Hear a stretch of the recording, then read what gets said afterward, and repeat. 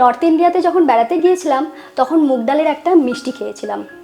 কেমন হবে ভাবতে ভাবতে মুখে যখন দিলাম দেখলাম পুরো মুখে মিলিয়ে গেল। একটা খেয়ে থামতে পারলাম না, আর একটা অর্ডার করতেই হলো। সেটাই আরও লোভনীয়ভাবে বানিয়েছি, নাম দিয়েছি মুগ রসবাহার। আপনারা দেখছেন ঋতুর রান্নাঘর, সঙ্গে রইলাম আমি ঋতুপর্ণা।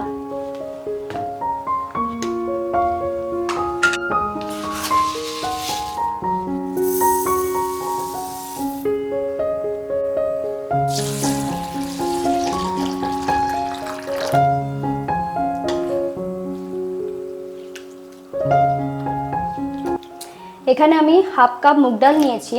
নেওয়ার পরে এটাকে জল দিয়ে আমি ভিজিয়ে 2 ঘন্টার জন্য রেখে দেব। 2 ঘন্টার জন্য আমি ভিজিয়ে রেখেছিলাম। এরপরে দেখিয়ে দিচ্ছি, দেখুন যখন দেখবেন এরকম করে ভেঙে যাচ্ছে তখন বুঝবেন খুব ভালো করে ভিজে গেছে। ভেজানোটা কিন্তু ভালো করে করে নিতে হবে। এবার যেটা করতে হবে, জলটাকে ড্রেন করে দিতে হবে।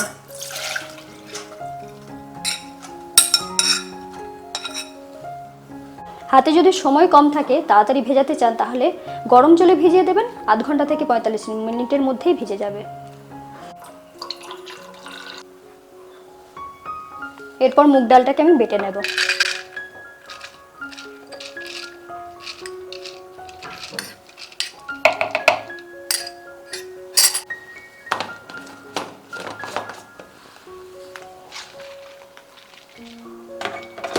যতটা সম্ভব কম জল দিয়ে বাটতে হবে।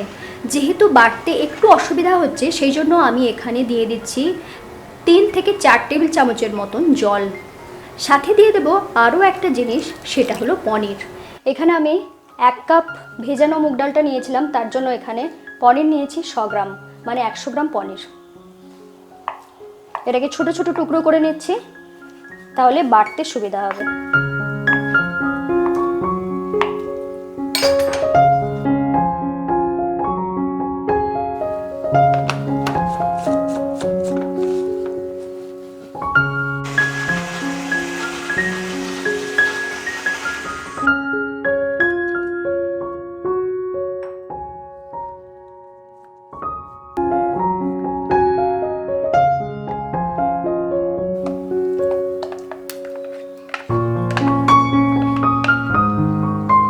দেখুন মুগ ডালটা কিন্তু খুব সুন্দর মোলায়েম করে বেটে নিয়েছি, এরকমই বাটতে হবে। আর এরপর এটাকে বেশ ভালো করে ফেটিয়ে নিতে হবে।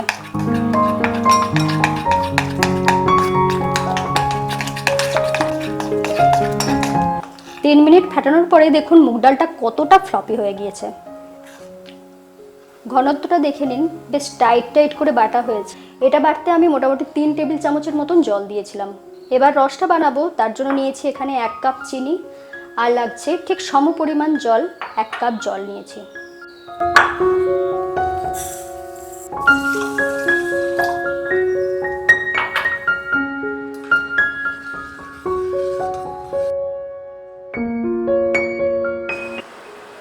রসটা মোটামুটি 3 মিনিট আমি ফুটিয়ে নিয়েছি। এরপর এলাচটা দিয়ে দিচ্ছি, আর দিচ্ছি কিছুটা কেশর। কেশরটা অপশনাল, না থাকলে নাও দিতে পারেন। রসটাকে মোটামুটি 5 মিনিট ফুটিয়ে গাঢ় করে নিলেই হয়ে যাবে।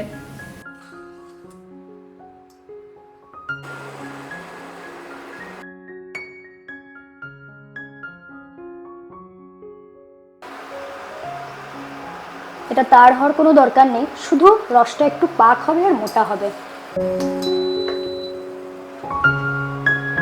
রসটা আমার তৈরি হয়ে গিয়েছে। এরপর এটাকে আমি রেখে দিচ্ছি ঢাকা দিয়ে।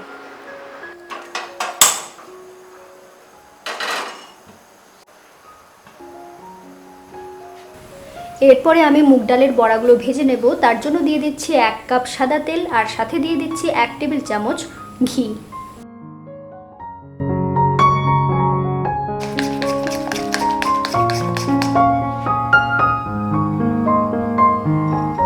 তেলটা যখন মিডিয়াম গরম থাকবে তখন একে একে আমি বড়াগুলো ছেড়ে দেব।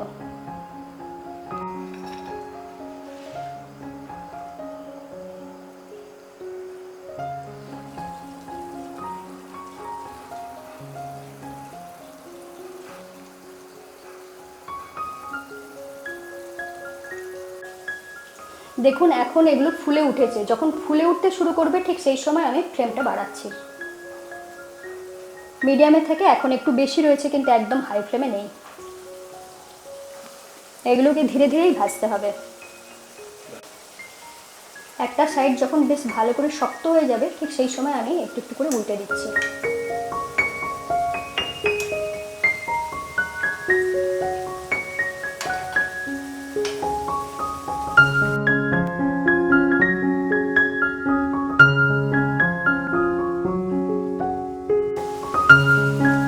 দেখুন অনেকটাই লালচে রং এসে গিয়েছে, কিন্তু এখনো কিছুটা ভাজতে হবে।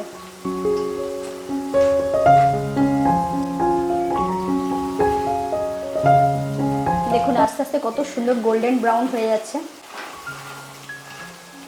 এই সময় যত এরকম নাড়তে থাকবেন মিষ্টিগুলোর চারদিকের রঙটা একদম ইউনিফর্ম আসবে, মানে সব দিকের রঙটা সমান আসবে। দেখুন কতটা সুন্দর পারফেক্ট কালার এসে গিয়েছে। এবার তুলে নেওয়ার সময় হয়ে গিয়েছে।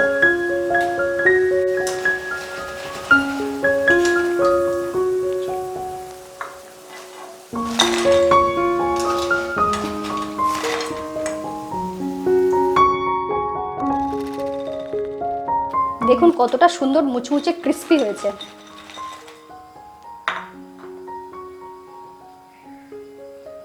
এবার রসে ডোবানোর পালা। এটা গরম থাকতে থাকতেই রসে ডুবিয়ে দিতে হবে, আর রসটাও দেখতে হবে যেন গরম থাকে।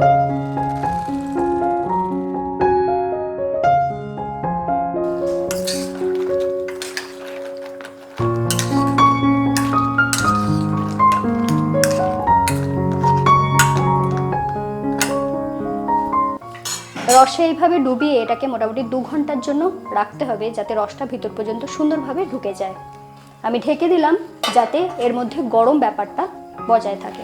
এখানে একটা কথা আপনাদের বলে দিই, যদি ব্যাটারটা একটু নরম হয়ে যায় সেক্ষেত্রে 1 টেবিল চামচের মতন সুজি দিয়ে দেবেন। কিছুক্ষণ ওয়েট করবেন, মোটামুটি 10 থেকে 15 মিনিট অপেক্ষা করার পরে ভেজে নেবেন, দেখবেন কোনো সমস্যায় পড়তে হবে না।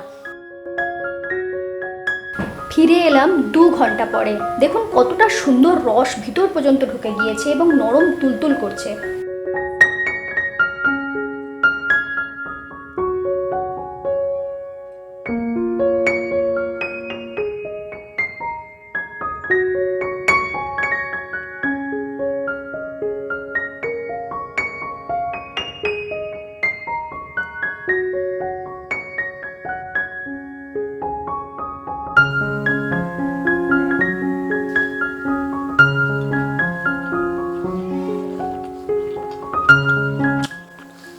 সত্যি বলছি এই মিষ্টিটা একটা খেয়ে কিছুতেই থামতে পারবেন না। ভিডিওটা কেমন লাগলো আর এই মিষ্টিটা খেয়ে আপনাদের অভিজ্ঞতা ঠিক কীরকম হয়েছিল সেটা কিন্তু লিখে জানাতে ভুলবেন না। আপনারা এতক্ষণ দেখছিলেন ঋতুর রান্নাঘর, সঙ্গে ছিলাম আমি ঋতুপর্ণা। আজ তাহলে আসি, সকলে খুব ভালো থাকবেন।